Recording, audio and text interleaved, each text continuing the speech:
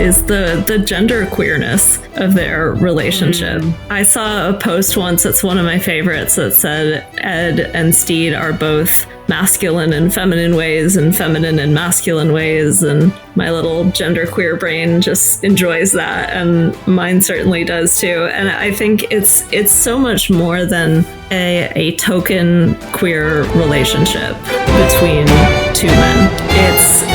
We are here with your two biggest Gentlebeardies and one Steddyhands to do another Gentlebeard, Gentlebeard 2, gentler and beardier, more gentle, more beard.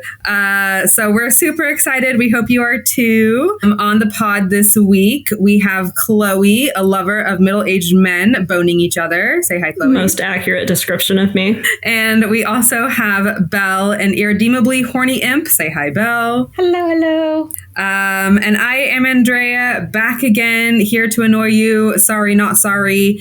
Let's kick things off with our first question, as we always do. Starting with Belle, what is the most gay pirate thing that happened to you this week?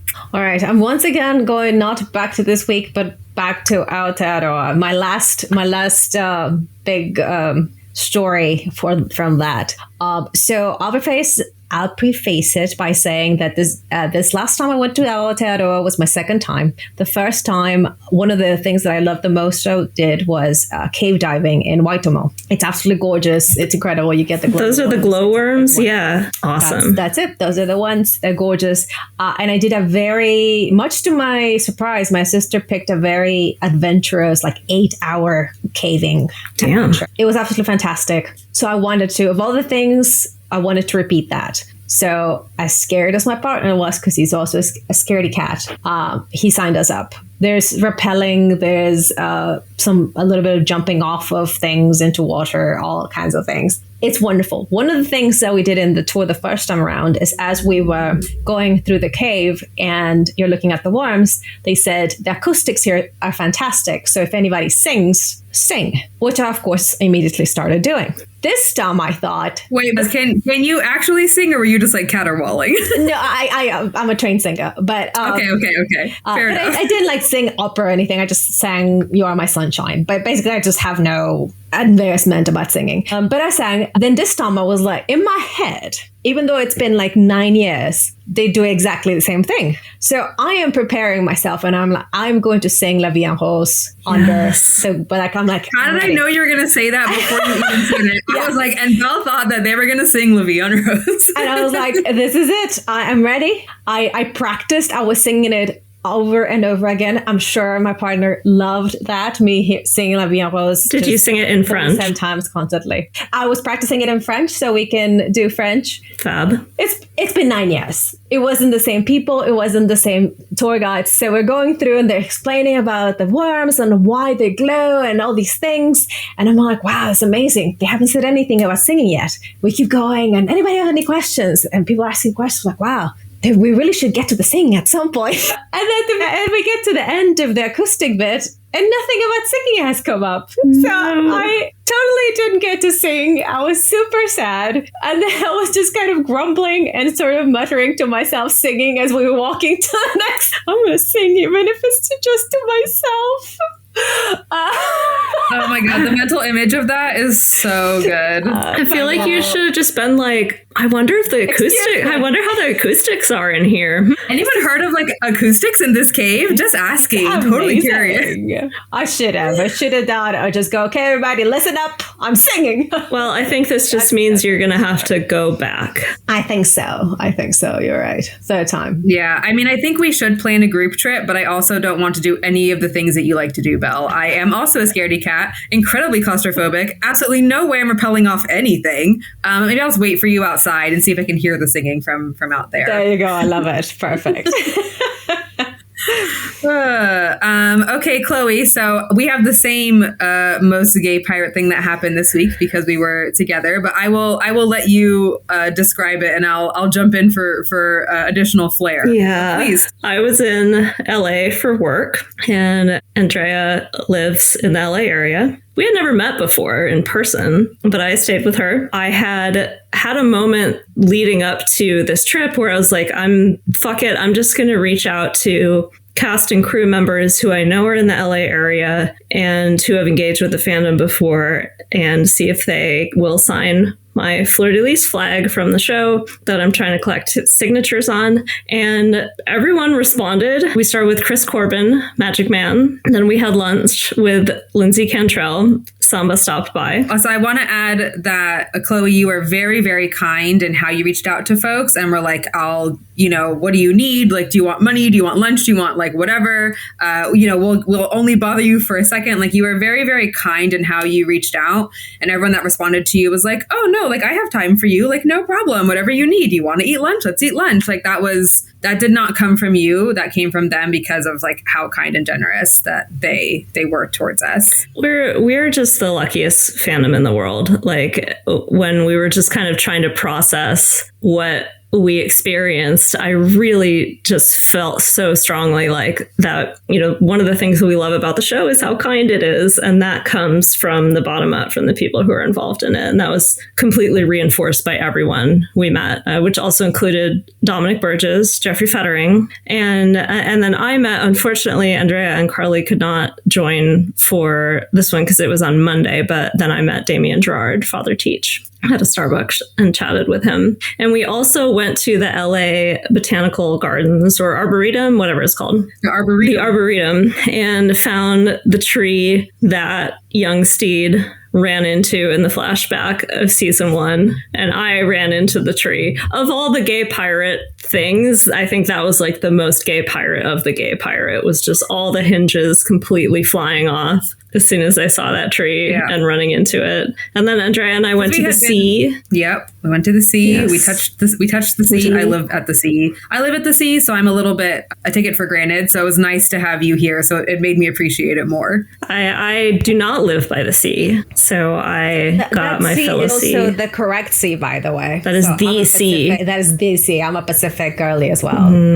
Yeah. So. Yeah, it's a superior ocean. I'm sorry to everyone else. But I also just realized that this episode is going to come out after our episode. Everyone already heard this. So you've probably heard this story already if you've listened to more than one episode. Oh, yeah. But it doesn't matter. You're going to hear it again. We had a great time. It was awesome. But if you didn't, for whatever reason, listen to our adventures on that day, go listen to that one, because Carly was the brave one for getting some amazing sound bites from the people we met about what they wanted to see their characters do in fan fiction and or season 3. And there's some amazing gems in there. My favorite is still possibly that Jeffrey Fettering would be really good at cleaning the poop duct because of his diarrhea horse. He's got experience. It was brilliant. Good. Yeah, go listen to that hard episode. To pick a favorite, but yes, I will tack on to yours. It was an incredibly gay pirate day on Saturday, full of activities from 8 a.m. when we went to Trader Joe's looking for plants, and we found the plant that looks exactly like season 1 Lush plant, which was amazing. So we didn't notice at first. We were looking at other plants. We're like, wait a minute, this is the one. So we bought everyone a Lush vegetation. So starting 8 a.m. and we didn't get back to my house till 8 p.m. So it was like 12 hours of pirate time. Yeah. Plus my playlist. I listened to the over and over again, my Our Flag playlist. So yeah, we were very immersed. It was an incredibly gay pirate time. You had a flamenco class that weekend, or that morning, that you went to from 9 to 10. And then when we were heading home at the end of the day, we were like, remember that flamenco class from like days ago? Remember this morning when I was fully at a dance class and I just made you watch for an hour? That's when I wrote the cards that I wanted to give to people. But I also watched it. I count that as a pirate activity, dancing. I think dancing is pretty piratey. I agree. So we are here to talk about our 2 favorite boys, our sweetest dummies, our most precious babies. So I will pose the question, what does Gentlebeard mean in the context of the show, the fandom, to you? Like, what do you think of when you think of Gentlebeard? Love. They invented love. Absolutely. They're the engine really behind the show. No Gentlebeard and there is no show. Everything is born from their love, their relationship, their voyage through life and through their loves. And I love Gentlebeard as a ship term, too. It's so great. I feel like it captures them so well because it has the gentle part and then obviously the beard part. So it's like this sort of mashup of gentleness and kindness, but also piracy and craziness and insanity and masculinity. And it's been endorsed by David Jenkins. He likes the Gentlebeard term and used it in his little Sky Fic Christmas Valentine's fic, which was delightful. He did. Yeah. And a quick shout out to Samba's baking classes. If you've not been, his Gentlebeard cupcakes, great recipe, very delicious. You should make them. But they turned out okay for you with your modifications? Well, the Blackbeard one came out fine because it's easy to hide ingredients in chocolate like other ingredients. My Gentleman Pirate cupcakes never quite come out right, but people still eat them. So, you know, just keep making them, keep trying. Exactly. I just need an excuse to make cupcakes. Yeah. But I told the story before, but the show actually was not spoiled for me. So I did not know that it was a love story when I started watching it. I thought it was a show about two best friends. And it wasn't until episode 8, I guess. And I was like, wait a minute, something else is happening here. Actually, when I made my friend Megan watch it with me, hi Megan, and I didn't tell her anything. I wanted her to be surprised. And we were watching the end of episode 5. Obviously, we have the moonlight, the red fabric. And Megan turns to me and she goes, "Are they brothers?" And I was like, oh my God. No, I don't.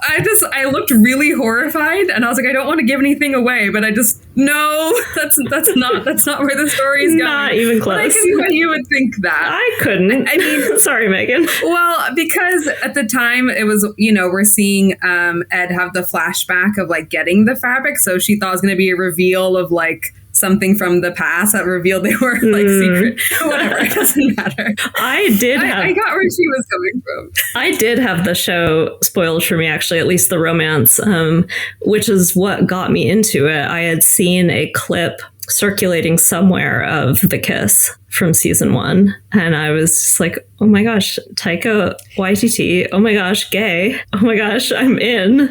But I had no idea, like, beyond that, I had no idea what the show was about or how it was going to evolve. So I don't feel like anything was really spoiled for me, but I did go into it knowing that somehow it was going to culminate in that moment. What I remember, what made me finally go, I need to watch the show, was I was going through watching reactions on YouTube period in my life for some reason. Not sure why, but I found this one channel, and it was about queer representation in media, and so I saw that Our Flag Means Death came up. And it sparked something. I went to look it up. What is it? I was like, Taika Waititi. I've heard of this. I must watch it now. So I knew there was something queer. However, I mean, you had like Lucius was really queer. You had the usual queer representation in quotes that we get, which is hints and like coding and very like hidden. So I thought, again, being from a generation where we rarely ever actually got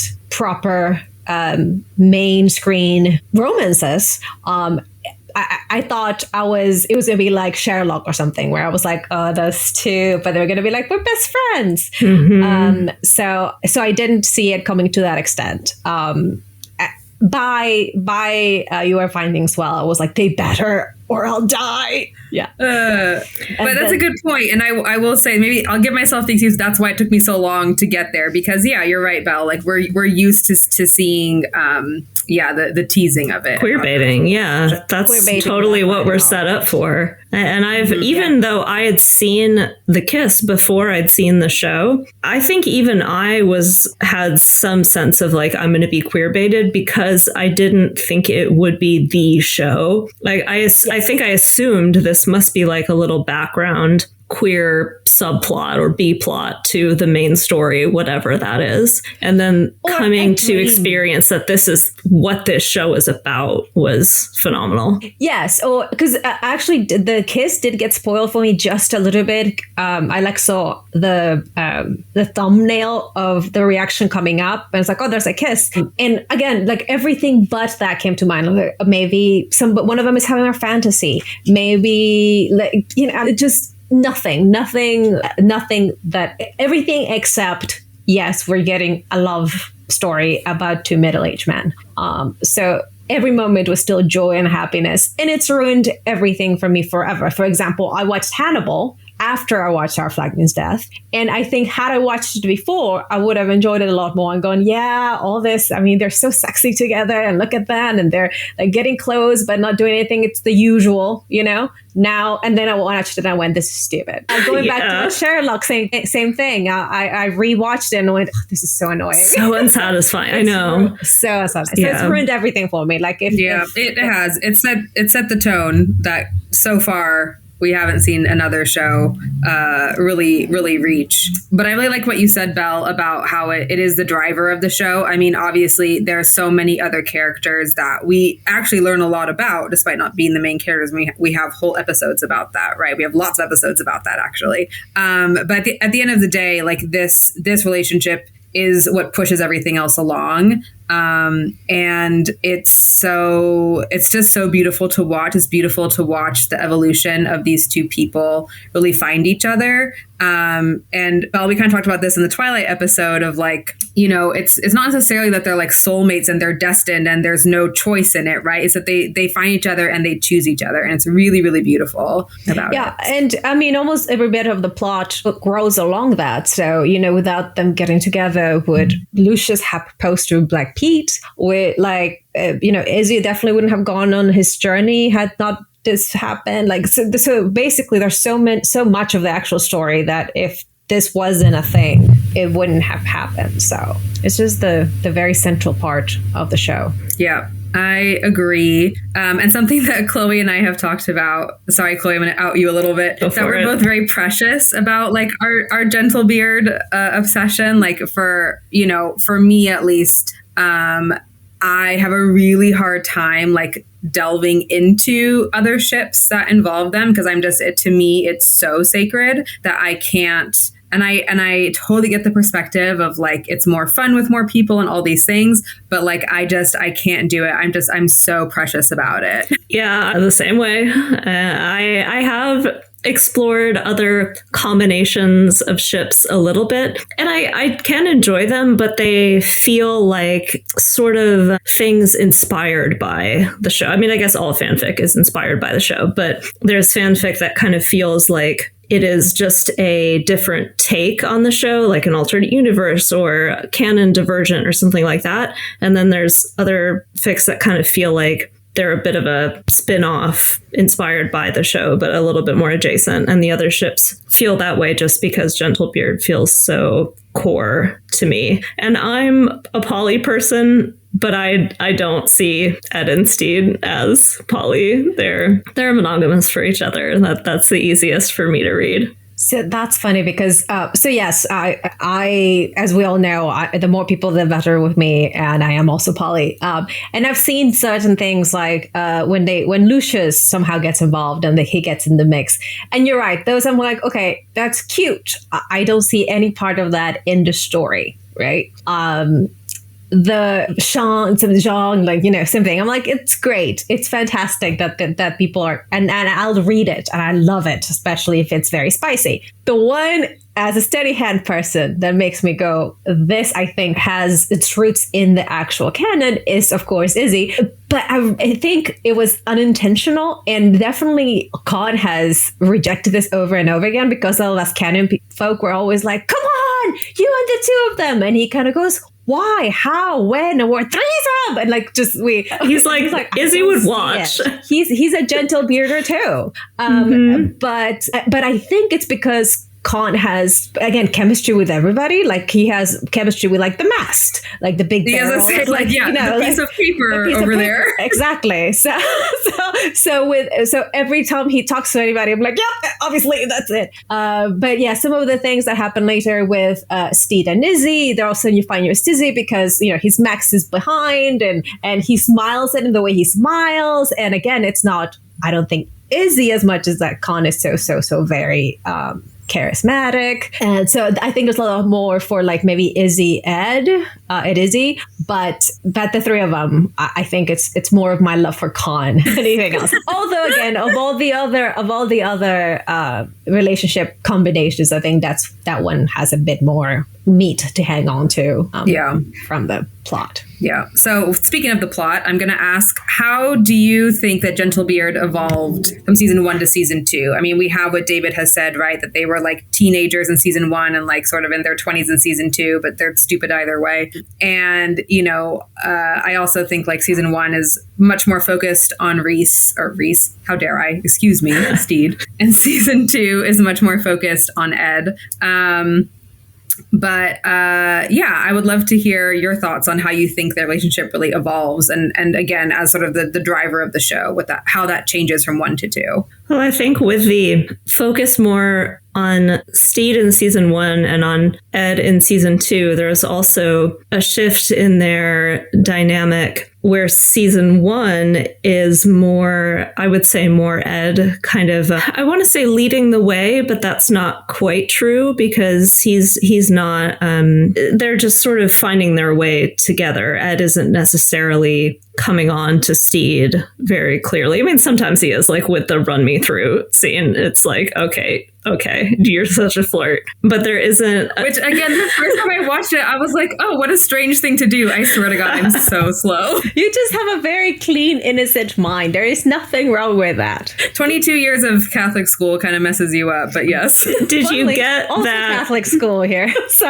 it has different effects to different people. Yeah, to different people. But Izzy totally thinks they're fucking on tuck. Yeah, I saw that and I still was like, oh, what a funny scene. Like, I didn't think that he was flirting. I'm a little slow sometimes. My media literacy / actual literacy, reading and writing, questionable at times. But yes, go on. Yes, well, there definitely are clear moments where Ed is interested in Stede, like Run Me Through. And my other favorite is when Stede sets the party boat on fire with passive aggression and sets people against each other. And Ed is just staring at Stede, and then it cuts to them in the dinghy rowing back to the Revenge, and Ed is just still staring at Stede like, who are you? How are you real? Like, I love those moments. So, and also because Stede, I think, was not really aware of himself as much. He didn't know where to place his feelings, how to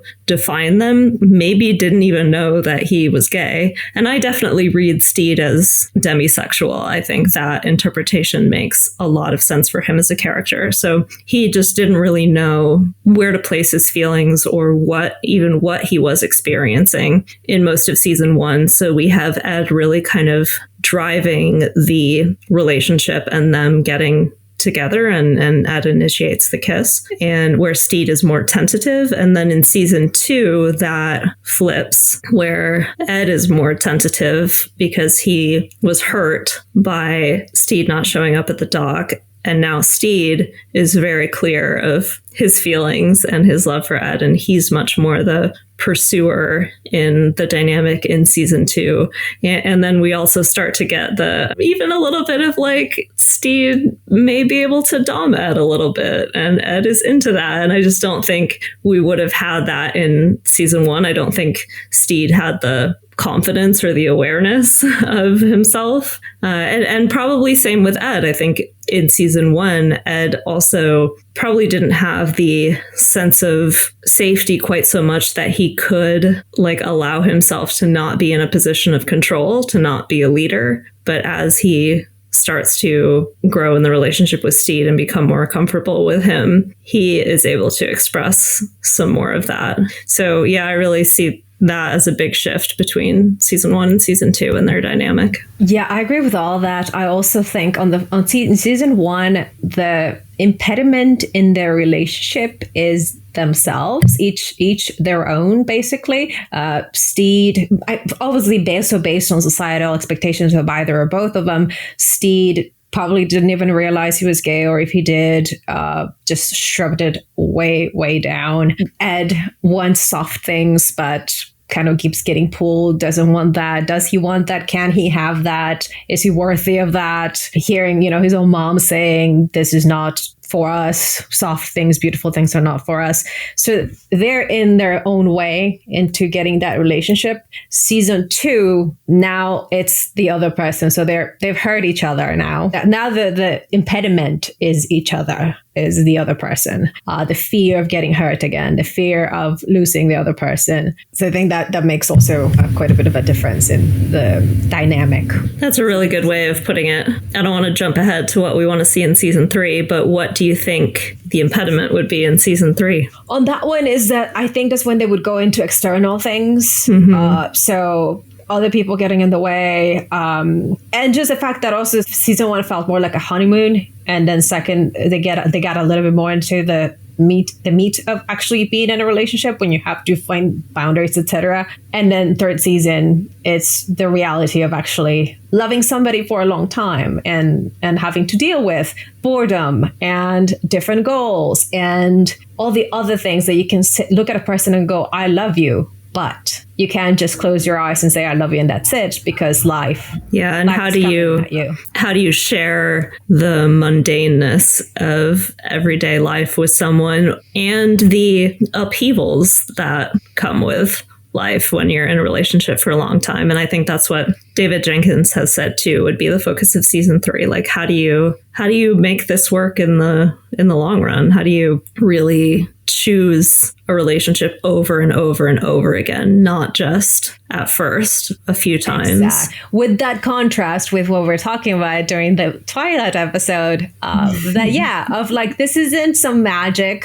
thing where you're just meant to be or fated to be, and that's inevitable. Again, always to me, if somebody says something like, I can't help but love you, or like something to like being blindly in love, that doesn't, to me, that's a little scary, a little not realistic, a little, however, I choose to be with you. That is super strong. So, and that's what you do in a long time relationship. And that's what we want to see Ed and Stede do. We don't want them to go, this was great, this was hot, it was fantastic, but we need to go our separate ways. Whether it's too hard. So now that it's real, it's too hard, I'm out. Yeah, it's really interesting because Chloe and I just watched Fun and Games like 2 days ago when you were here. And it's funny because, Mary and Anne are saying like, oh, you're all hot for each other now, but you don't know how real it's going to get. And I'm like, I mean, yes, that's true. They don't know each other. But season 1 was, I think similar to what you said, Belle, like that was like the infatuation stage, right? They're in their limerence was my favorite word. And then we get to season 2 and they're way out of that because they have really deeply hurt each other. Well, and I think we could argue, hurt Ed a bit more, but whatever, they've hurt each other. And they're way out of that phase. So I feel like Mary and Anne were projecting a little bit and like, you don't know anything about a real relationship. They do. And they're starting to figure it out, in that moment, on their couch.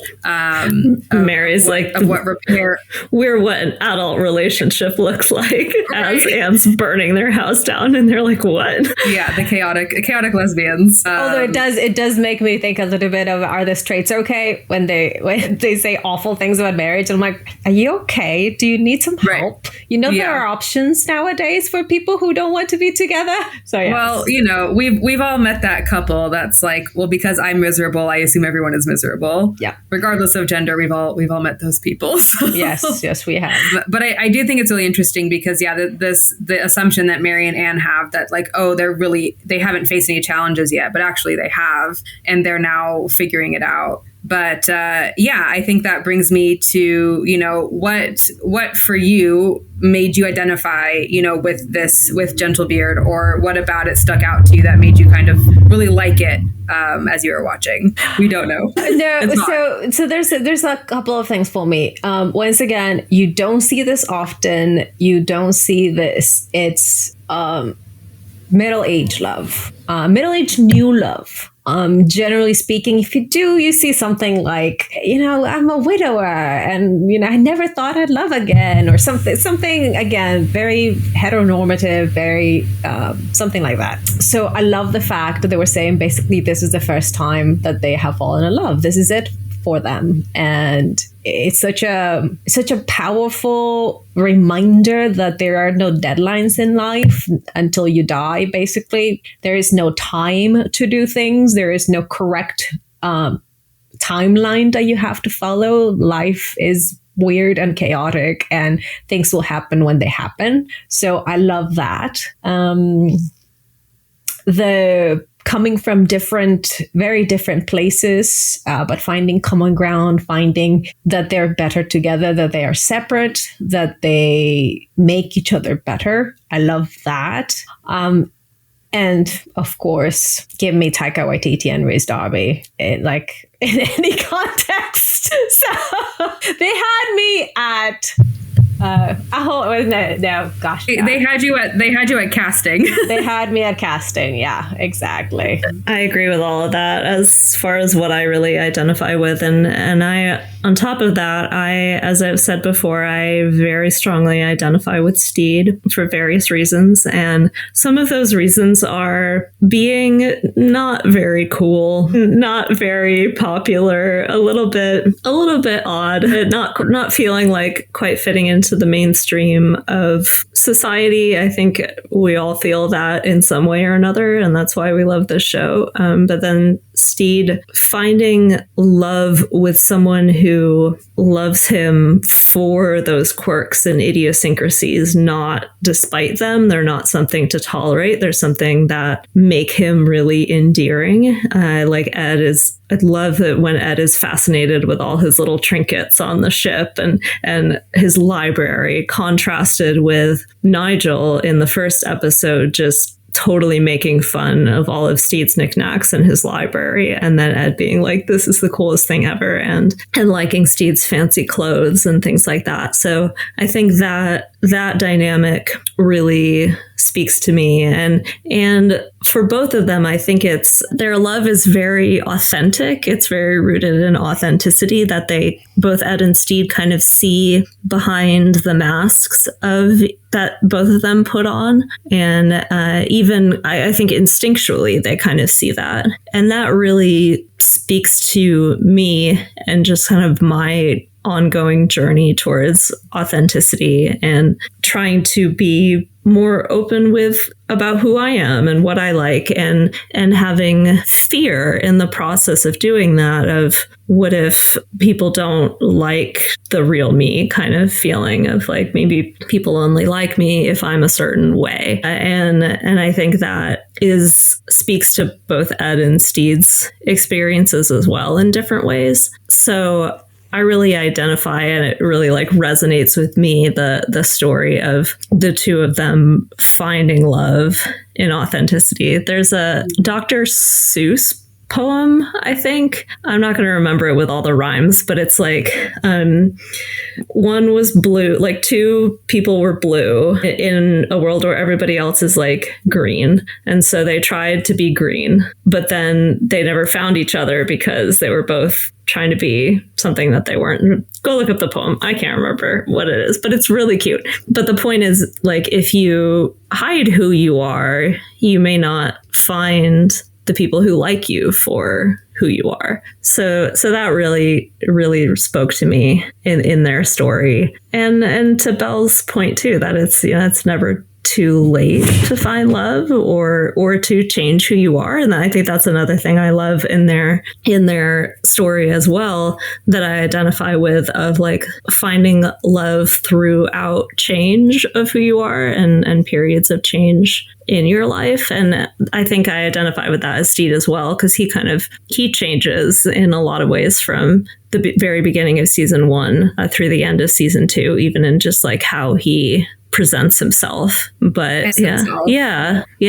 So I really love that. What about you, Andrea? Well, we've had this conversation many times, but I'm much more of an Ed. I relate to that feeling of having pressure to perform, having pressure to be a certain way, and kind of, looking like you're moving through the world very easily, but you're actually not. That really spoke to me, and to see him find someone he could relax with was really important for me to see that, to see someone that could understand him without having to have a ton of explanation and a ton of sitting down and being like, well, this is how I feel about this and this is how I got here. But they just get each other. That was, I think, important for me to see just as a person of like, you don't have to always be on, you can relax a little bit and let people in, and it might be okay.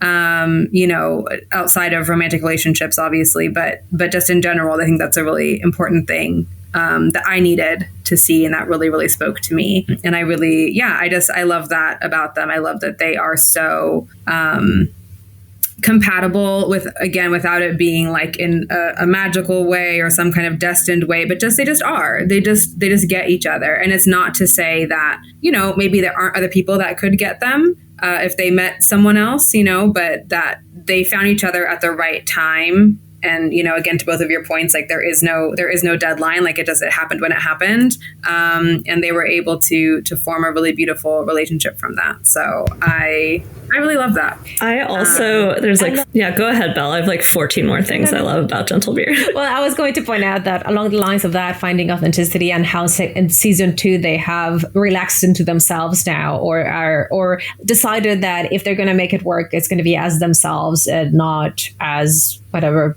masked versions of who they are. You see that across the board. We were talking about them being the engine of the show. You see it across them. You see Wee John saying, hell, I'm going to do drag. You see Blackbeard going, okay, I'm still a braggart, but I can be one caution, especially when it comes to this person I love. You see just a lot more of the characters going, I need to be me, and coming out that way. And they all do it together as a crew, if you will. Totally. And I think I'd include Jim in there too. That they go from being very like, oh my gosh, feelings to telling Fang a story to try to comfort him. So there's Fang, Season 1, he's basically just hitting people, and then season he goes, I like small cups of tea and I like to be gentle. Yeah. I love animals. And I'm okay with this. I'm in a safe place where I can do that now.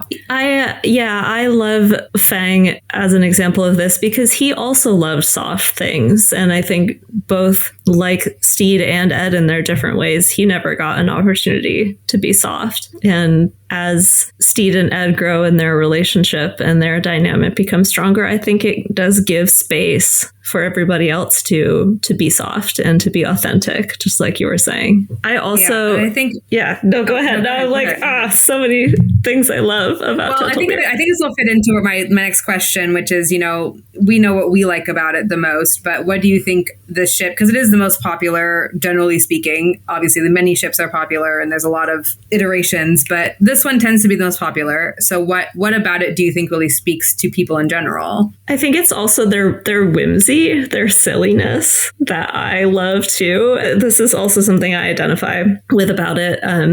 I feel like I learned to be a rather serious person, and I'm trying to not be such a serious person. And I love seeing that they are just goofy with each other, and they riff off each other, and they swap clothes, and they banter about their inn and the front of the house and the back of the house. And I just really like seeing them get to be silly. And probably both of them have, to a certain extent, childhoods that they never got to have with each other, and then have that with each other to just get to play. And I think that probably speaks to a lot of people as well. Yeah, that idea of vibing with somebody so well, so immediately, it seems, being able to play off with somebody, find somebody who can understand you. Also, we talked about this. It's such a rich, you have, let's see, 10, 18, like 9 hours of television, 10 maybe.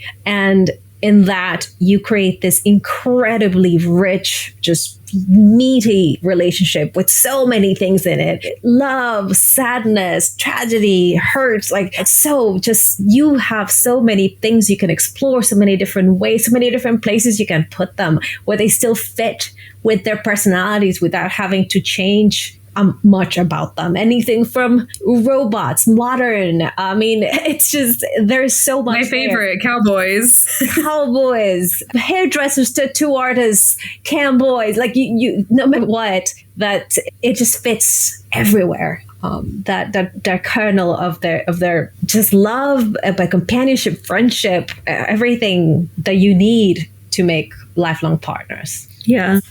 It's just pure compatibility, which doesn't always happen in the people that we find ourselves around, whether that's a relationship or whatever. Sometimes because we're social creatures and we want to be around each other, and sometimes you end up spending time with people that you're like, this is fine, but it's not quite right. And this is just like pure compatibility. And I think, to your point, Belle, then it bleeds out to the rest of the crew. People feel more comfortable allowing themselves to really feel united. Now we know all these dynamics that we love about them. We know why we love them. We know, we have an idea of why the rest of the audience loves them. Can I say one more thing about why I love them? Yes, please. Sorry. One more thing I wanted to say about what I love about them and what I think speaks to other people too is the gender queerness of their relationship. I saw a post once that's one of my favorites that said Ed and Stede are both masculine in feminine ways and feminine in masculine ways, and my little genderqueer brain just enjoys that, and mine certainly does too. And I think it's so much more than a token queer relationship between two men. It's a relationship between two men who have had struggles and traumas around their relationship to masculinity and how they're told they have to be a man, but then they're both really just gender nonconforming. Stede loves his frilly outfits and his soft things, yet he's also kind of can be more like dominant in the dynamic, as we see in season 2. And then Ed has a pretty like masculine presentation with the leathers and the boots and stuff like that, but then he has this really soft side and he wears the nail polish, and they're just both so non-conforming, and I really love that, and I think they let each other explore those sides of themselves more too. So it's interesting. It's one of the things I haven't brought up yet, but one of my biggest issues with when people talk about the show, even fans, I have no problem with the interpretation that Stede is gay. I'm like, great. Absolutely, 100%. Obviously, I don't mind if he's gay, bi, whatever, anything. I don't care. But when people say things like he's gay because look at how he dresses. Oh my God, yes. It makes me so angry. I'm like, you are using the same stereotypes that are used against us constantly. Mm-hmm. That's what you're doing. I'm not going to name names with the podcast, but that's what they went on and on and on about. This is the gay dude because he does this, because he does that. And I was like, I'm so angry right now. Yeah. That does not make him gay. It does not. It does not. Yeah. Listen, I know many a man who identifies as whatever, not gay, that loves a cloth, is a clothes horse. Yes, absolutely. So that calls that, like, they don't. I think the showrunners don't do that. I think that's what other people do. But yes, you have none of the trappings of gender, and eventually, again, it bleeds out to the entire crew. Like nobody. James finds themselves. John dresses in drag. Izzy dresses in drag. Just nobody is bound by gender in this show, and I adore that. Yeah, me too. And actually, it's interesting that you say that, because I feel like when I'm writing fic, again, my secret fics no one will ever read, I usually have both Ed and Stede as bi. Because to me, that kind of almost makes their story richer in a certain sense, because they have every option, or maybe a bi, pan, whatever, but like they still choose each other. I like to write that when I am writing. Because I think, to me, I think Stede could be anything. I think he could have met a woman that really spoke to him and helped him find himself. I think it would have been a very different story, but I think it would have been possible. I love the story as it is, but I also, I don't know, maybe,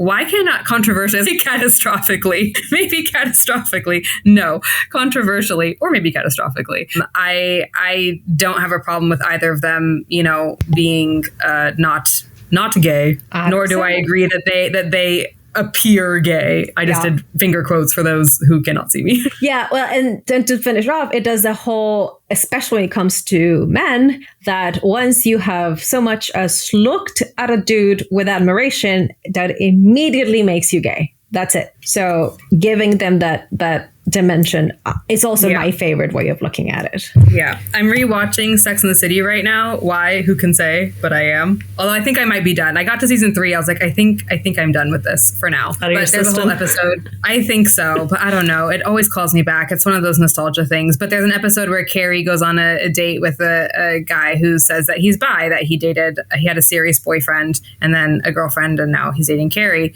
And she freaks the fuck out and literally runs away from him at a party because she's like, and she says at breakfast with the girls, like, being bi is a stop on the way to Gay Town. Now, this show was written in like 1999, so we have a lot of, caveats to that, but that mindset didn't go away that long ago, nor has it gone away completely. A lot of people still think that way, which is infuriating. Yeah. Well, I think the show very intentionally does not use labels for gender or sexuality identities. It really just lets people be who they are without being put in any boxes, like you said, Belle, without any of the trappings of gender, but also without any of the trappings of any identity label there's so much value in labels to help people find truths about themselves that they might not have otherwise found if they didn't find these words. But then they can also become a box or a way to define people that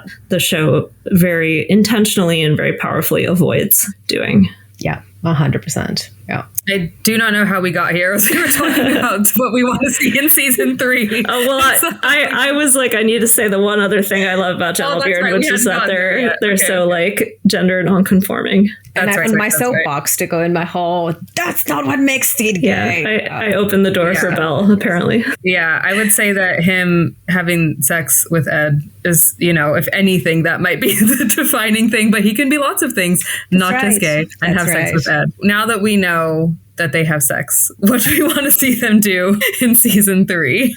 I kind of want to see them get married.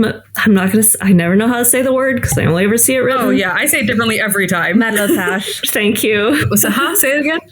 Matelotage. Okay. I think in English it's like matelotage or something, but I think that's not right. Which is but not that. It's funny, and I've seen some commentary on this, which is interesting food for thought about how it's interesting how we have so many fans who really don't like societal norms for very good reason because they suck, and don't tend to like, really conventional things like marriage. But then we're all like, but we really want to see Gentlebeard get married. And I don't know why that is. I think there's been some self-examination of, are we just falling back into the expectation that this is what you have to do when you're in love with someone, which is not true. But I think seeing Black Pete and Lucius do that was so sweet and meaningful. And I think clearly like meant something different than classic marriage. It meant, like we were talking about before, this very intentional choice that we're making. And also not that we're just making for each other, but that we're making in the larger context of the crew and the found family, and the crew is all there for Lucius and Black Pete. And I think there's something to it that is this very clear affirmation of this choice that they're making together with the support of their found family that makes it feel very romantic. But I don't know, do you guys want to see a Gentlebeard wedding? I just think marriage is not the end all be all. Vico's talked about that in their podcast as well, where there's this part that we go, marriage is like such a patriarchy, like colonialist thing. But we're all like, but a wedding. Yeah, well, I think it's not a wedding though. Like maybe we just all say wedding because we don't know how to pronounce toldatage. Maybe that's why we call it a wedding. But like historically, this was something that pirate sailors at sea did often in same-sex partnerships. That was this like support of like, you know, have my stuff if something happens to me, and like we're going to take care of each other. And so in the historical context, matelotage. Let's see if I can get it by the end of this podcast. That was something very distinct from the like institution of marriage with all its patriarchal and religious baggage. My understanding of it historically was that it was like a very intentional like breaking away from the baggage of marriage, and so that's what I think about when I think about them getting together, because I certainly don't think. I think you're right. Yeah, I don't think it's the be all end all of a relationship either. Like I've been in 2 relationships for like 10 years and I'm not married and probably not going to be. It's just not, there's legal benefits to it, but if you're pirates, you're not living in the legal system anyway. So yeah, what's the point? No, I think you're right. And I think its difference is marriage, as it's been for many, many thousands of years, it always benefits one partner generally, or their families, and it's financial, and it's got a very transactional rather feel to it. But matelotage feels like we've chosen family, and that's the way that we're going to protect each other. And it made me think also of I've seen a few articles every once in a while. It goes, ooh, these 2 best friends decided to get married because they want to protect each other, or they want to adopt together and things like that. It's like, well, the only thing we have in this society nowadays is marriage. The thing where you go, hey, we're gonna pool resources, we're gonna take care of a child, all of those things are only given to people who have signed those papers, which is why we're always trying to, as queer people, we're like, we want that too, please, because that's the only way we can get those things. There is no other way. Things like, it's funny when people, it's a cultural thing too, difference between Latin America and North America. When people ask me about my family, I always think family, like the whole lot of them. And they mean mom, dad, brother, sisters, and nuclear your spouse. That's it. That's what they mean. So there's all these things where those people don't count. So you've got this union where you're saying we're going to protect each other and we're going to be part of each other's lives in that manner. So I think that's what attracts me to it. Yeah, I would love to see them have, I guess also there's, at least for me, the idea of a formal commitment of matelotage. Like it doesn't have to happen because we already know they're going to choose each other. But I do think it's an important way to include everyone, like we were just talking about, right? You have the support of your community to come around you and make an official choice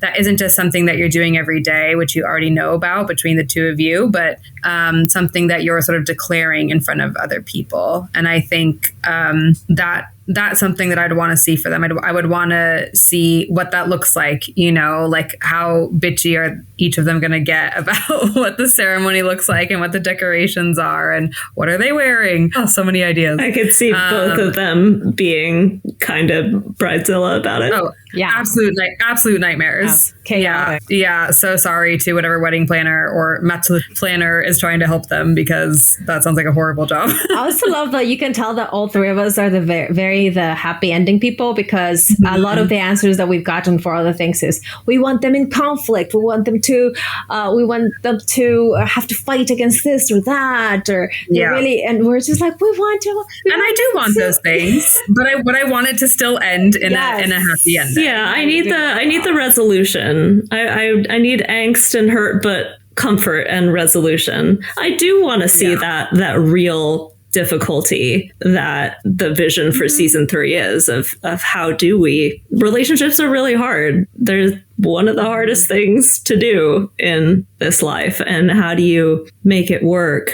when you love each other so much, but have difficulty with things? How do you work through that? And I do want to see that, but I do want the happy ending. the resolution. And of course, I'm going to come in as the horny imp always. And I just want to see them. Okay. Would I love to see them fuck? Absolutely. It's HBO. Or assuming HBO picks it up, or Netflix. These people have so show us, please.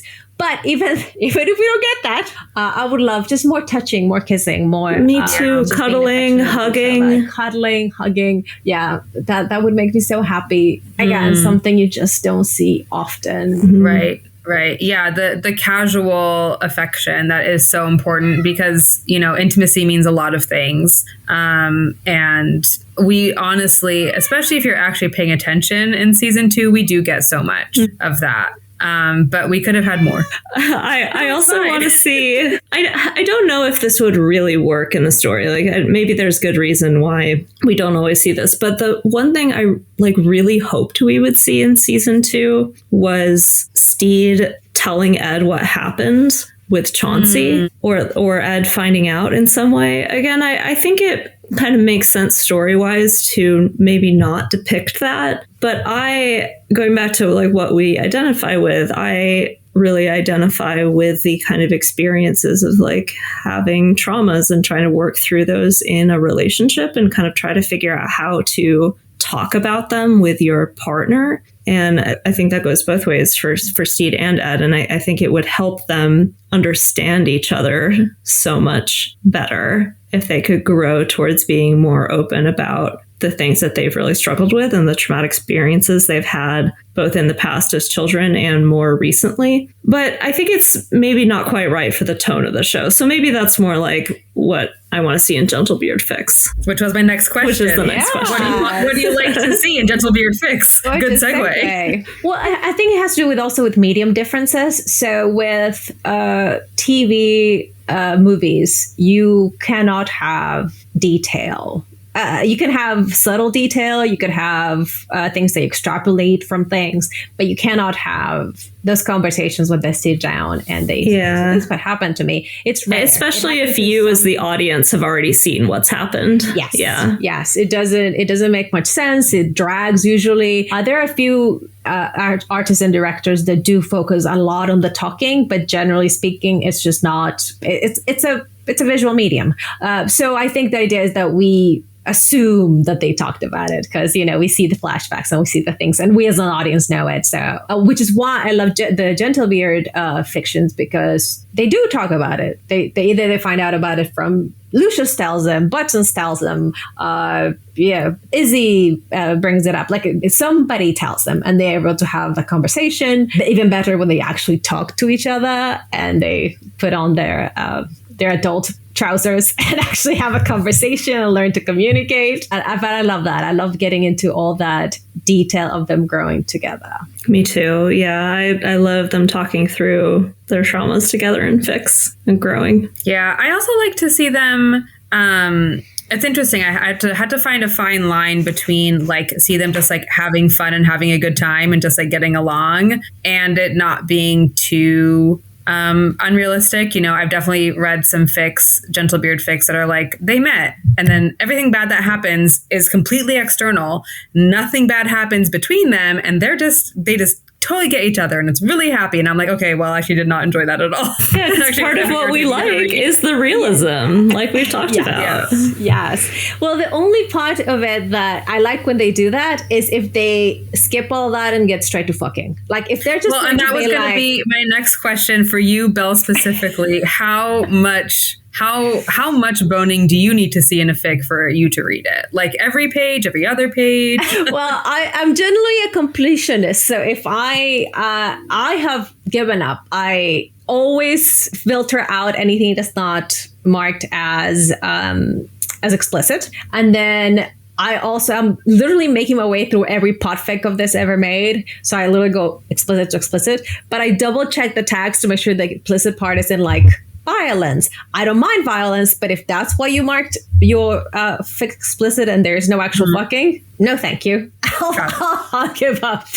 That being said, I've read some amazingly long books. In fact, what I'm about to recommend is a huge long story where yes, there were some hot scenes, but the plot of it just caught me so much. We all know what the ending in it is. We all know where it's going, but just all the different ways they find to grow apart, get back together, walk into each other's lives. If it's well written, it's well written, and I love it, and I'll read it to the end, and I'll bookmark it. And I have way too many bookmarks because of that. Yeah, I think I'm up to like 15 pages, and I'm like, and most of them are will read later, and I'm like, at some point, when is later? When am I going to sit down and read these? Well, if you go to AO3, it will, on your homepage, it will actually say something like, is it later yet? Or where it shows all your things you marked for later. Yeah. Oh.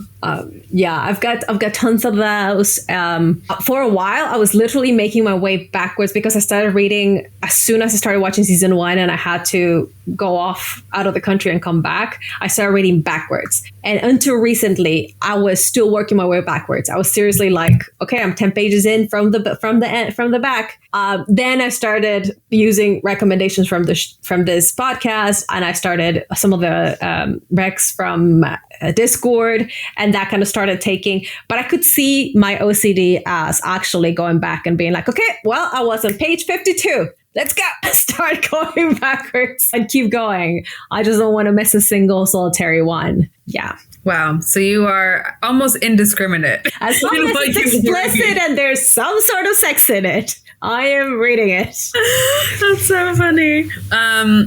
Yeah, no, shocking no one, like, I'm very precious about this couple. I'm very precious about, how I perceive them, how I think others are perceiving them. So that's very true in the fan fiction that I find as well. I want them to be, I do want some tension, some angst, right? But not too much. And explicit or non-explicit is fine. I don't necessarily have a preference, which I know sounds crazy, Belle, I'm so sorry. And I really just want to, I want to see them happy.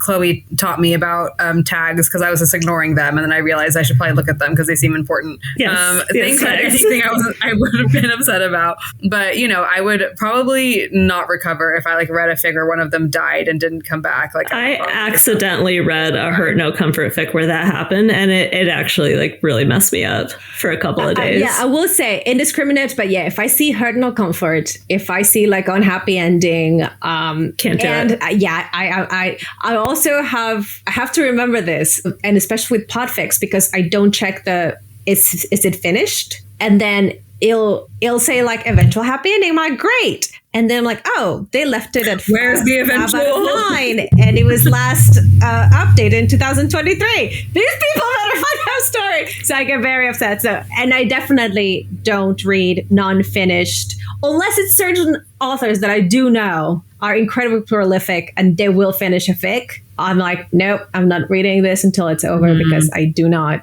need that kind of lack of resolution. Torment. Yeah, same. I need the happiness too. I think all of my Gentlebeard fic reading, which is probably 99.5% of all fics I read are Gentlebeard, probably, is smut, hurt comfort, usually always Stede receiving the comfort because that's what I need in my life, or just fluff or some combination of all of the above. That's what I really like to see. And that's so funny because I'm so much I want Ed getting them. Well, I think this is so I'm a Stede and you're an Ed, and I think we need to see healing and comfort. Yeah. The person that we identify with receiving that, because it heals us.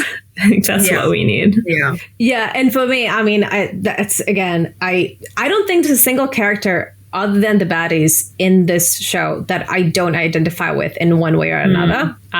There's some more than others. Jack, I'm going to put him in the baddies corner because I fucking hate him. I thought you were going to say you relate the most to him. I was like, wow, okay. I bore him. And I will, if there is a big Jack Rackham plot line, I have to go, and I think about it and look for the other tags like Jack Rackham, but don't worry, only for a little bit kind of thing. So I'm like, oh, okay. Because I really, really, truly despise them. But everybody else. So my first identity was with Blackbeard, definitely with Ed. I identify in so many different ways. The more I think about it, the more I watch, the more I read, I start lots of stuff with Stede, more and more things with Stede.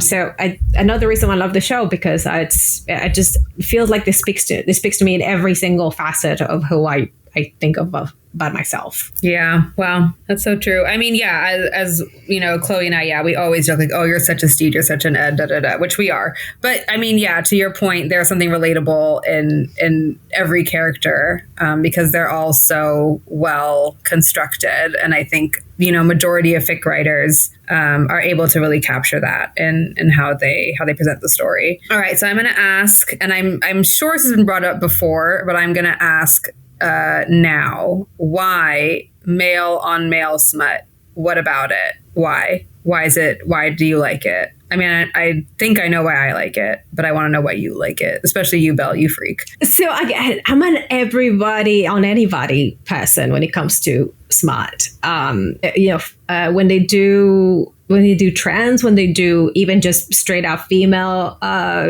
Stede and Ed or anybody else, I'm like, yep, bring that on too. I do very much enjoy men on men, and that's a good. I don't know if I've ever thought to myself why exactly. Like, do you if you're reading a Gentlebeard smut, do you want to be also there, or do you want to be observing? Either or, both. Okay. Yeah. Wow. Yeah. Great. Oh yeah. Just scooting on in. Excuse me. I'll help. I can hold things. I can. Do you need water? More oil? Anything? I'll be of service in any way that I can.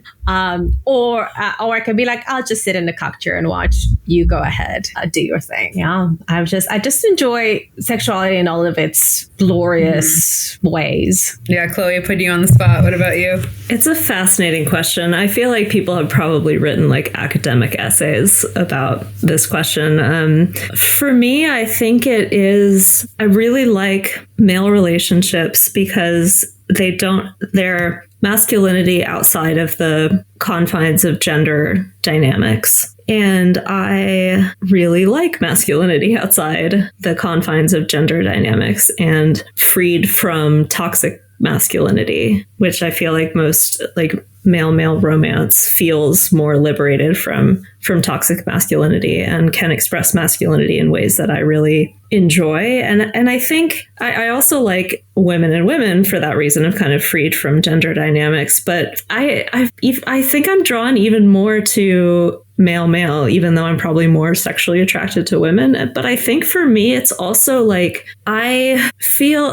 this is going to be really weird. Bear with me. But I feel like I relate to men who have had to come to be more comfortable with emotions and softness and tenderness. Then that's a very male experience, I think, because our society really denies men the chance to have emotions and to be soft and to be vulnerable. And I really relate to that for other reasons, not because I was born a man, but for other reasons. I really relate to the experience of really trying to get in touch with your emotions and be soft and be vulnerable. And so I think when I see that story told through romance between men, it really speaks to me. And it's just really hot. I am still sexually attracted to men, so it's hot when they're going at it. Yeah, we're all afflicted. I don't need therapy with this. You're absolutely right, Chloe. That's, I think, one of the reasons why I'm so attracted to that, because same thing for me. Not because I was born a male, but because of a whole host of other things in my life that led me to have to really work very hard to find softness and sensitivity and communication and all those things that apparently, if we go by what we are told by society, women find super easy. And that was, of course, never the case for me. So I think even though I really love, sorry, what did you say? You just sparked something in my head. Good. Yeah, because even though I, really physically enjoy like reading or watching women, it doesn't speak to me emotionally quite on the same level, because I think there is a sort of expectation of softness and tenderness, and that is natural in a relationship between women in a way that it wasn't for me So I love seeing that in men. I love seeing men who had to work for this relationship where they are soft with each other and they are tender and they are in love. It's just so beautiful. Yeah. Yeah. I mean, I definitely, as the most sexually repressed among us here in the group, I don't necessarily seek out the smut, but I will read it and I will enjoy it. And I do think it is for sort of similar reasons of like, it's a safe place to look at male sexuality without the inherent power dynamics and the expectation of how a man performs and a woman performs sexually, right? You take that off the table. I think I need to sit and think a little more about it, but I appreciate both your answers. That was very helpful for me in this therapy session that we're having right now.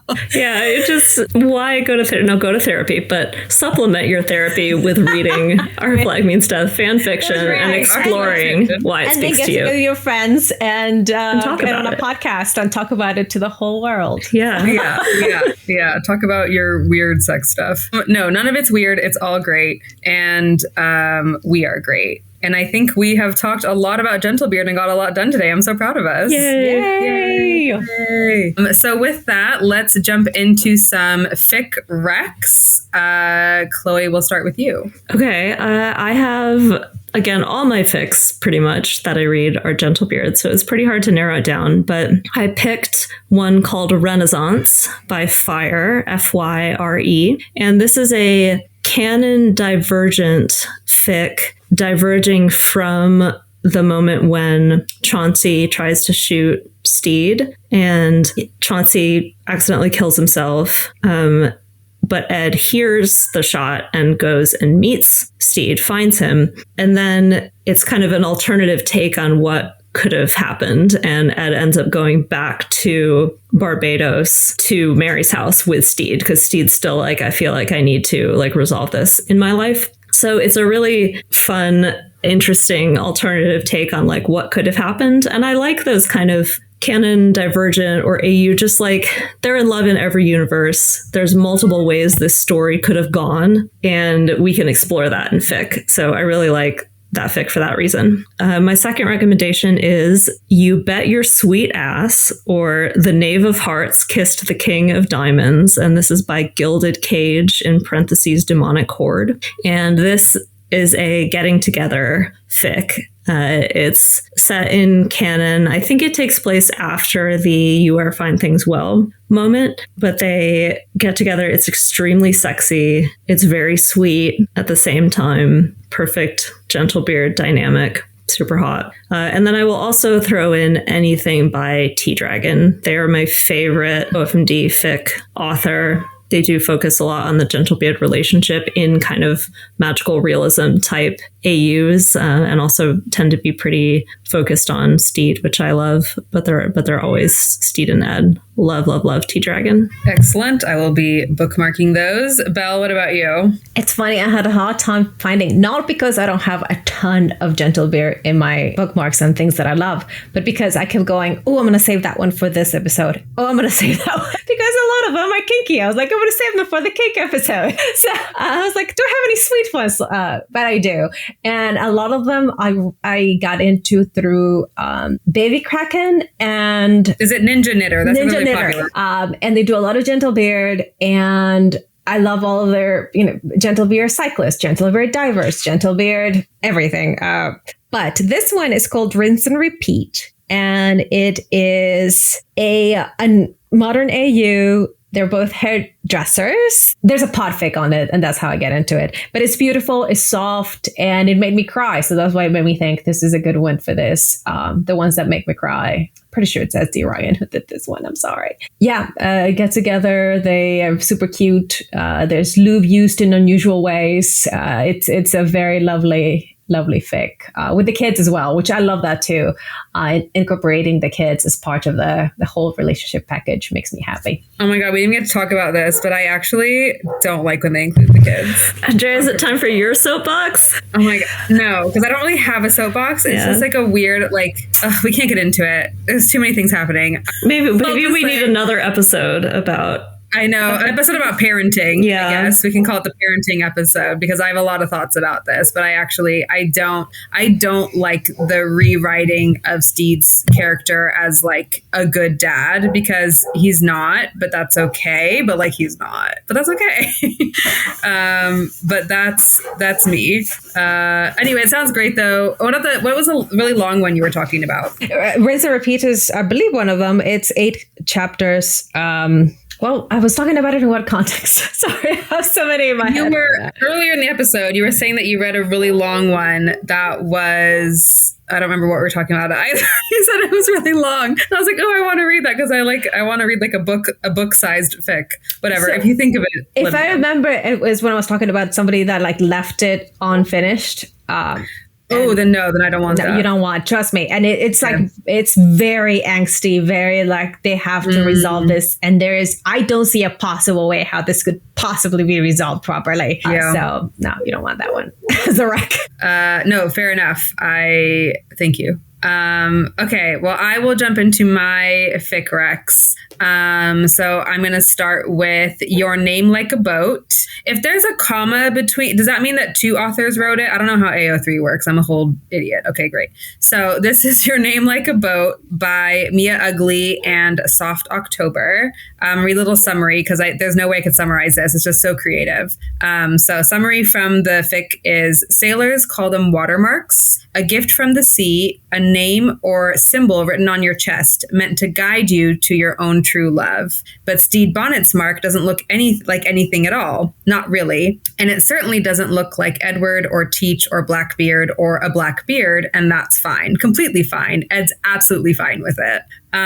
It's so creative and it's so beautiful. I love that one, Your Name Like a Boat. So recommend that one a lot. And then To Be Cared For by the Revenge Boys. It's a aftercare type fic after Fun and Games, which, we had just watched a couple of days ago. But yeah, it's like, I really love the like missing scene fics, and this is one of them. So yeah, I would recommend those 2. There is another one. I'll find it so we can put it in the show notes because I can't remember the author right now. I should have looked it up ahead of time. But did anyone read his Dark Materials? Golden Compass. Yeah, so good. Yeah. Love Pullman. What an author. So I did see a fic where Ed and Stede have the little demons like they have in the Golden Compass. And it's really, really good. And it's really, a lot of angst, but it ends up okay. But Ed's is like a little cat. And Stede's is, I think, a poodle, if I remember correctly. I'll have to find it. Shout out to that author for combining 2 things I love and 2 stories I love. But recommend that one as well. So lots of fics to find. Go on AO3, search Gentlebeard. You're going to get a bajillion results. So have fun, everyone. So as we wrap up, Chloe, Belle, what are you working on? What are you looking forward to? Anywhere you want people to find you? I'm gay and woke on Blue Sky, and I'm trying to do more writing. TBD someday. Excellent. I'm Bella Saltimbank on the metas. I am Peerless and Wicked everywhere else. Oh, and my podfics are under Whiskey Tango 4 on AO3. I am still working my way through Callan's Phantom's wonderful Late Blooms fic. They have a lot of effects and they have a lot of me making sex noises because they hear each other through a wall. So I have to record 2 tracks, one with the text and one with me just making sex noises. So it's been a lot of fun. And what I'm actually looking forward to something very much this weekend. My best friend's little kid is having her birthday party. She's making it a Wizard of Oz themed. And my friend always tells me wait ahead of time so I can prepare costumes because I'm always usually the only adult that dresses up. And I will be going full alphabet. I've got green paint. I've got cape. I've got a thing. I've got it all. So I'm going to be spending most of Sunday morning making myself completely green for anything that's exposed in me. And I love that. I do it all the time. I think they expect it by now. They're just crazy. Auntie Belle showing up. Her and the kids. Them and the kids. Everybody else is like an adult. And there they come. You're going to have to send pictures. Absolutely. I will. Yeah, that is amazing. Well, I am on the internet a little bit. mostly on Blue Sky, Pajarito Botones. Please find me there. Send me things to read or things to think about or help me understand why I like male on male smut. If you have any academic articles, please send that my way. Yeah, or if we need more therapy sessions about it. Yeah. Or if you have your own theories that we should hear to heal ourselves, that's cheaper than sex therapy. So please do let me know. But in conclusion, do creations, oh wait, no, I'm not there yet. I'm just kidding. I forgot. False alarm. False alarm. Don't do creations yet. Not yet. Wait a second. Hold off. If you do want to do creations with us, you should. You should reach out to us at ourflagmeansfanfiction@gmail.com or Instagram or Blue Sky. You can be on the show. You can make your own episode. You can do a podfic. You can make sex noises into your microphone. Belle is available to help coach on such things. So, would love to have more involvement from more folks. Please feel free to do that. So now that I've said that, now here's your instructions. Do creations, be cringe, and commit crime. Bye. Bye.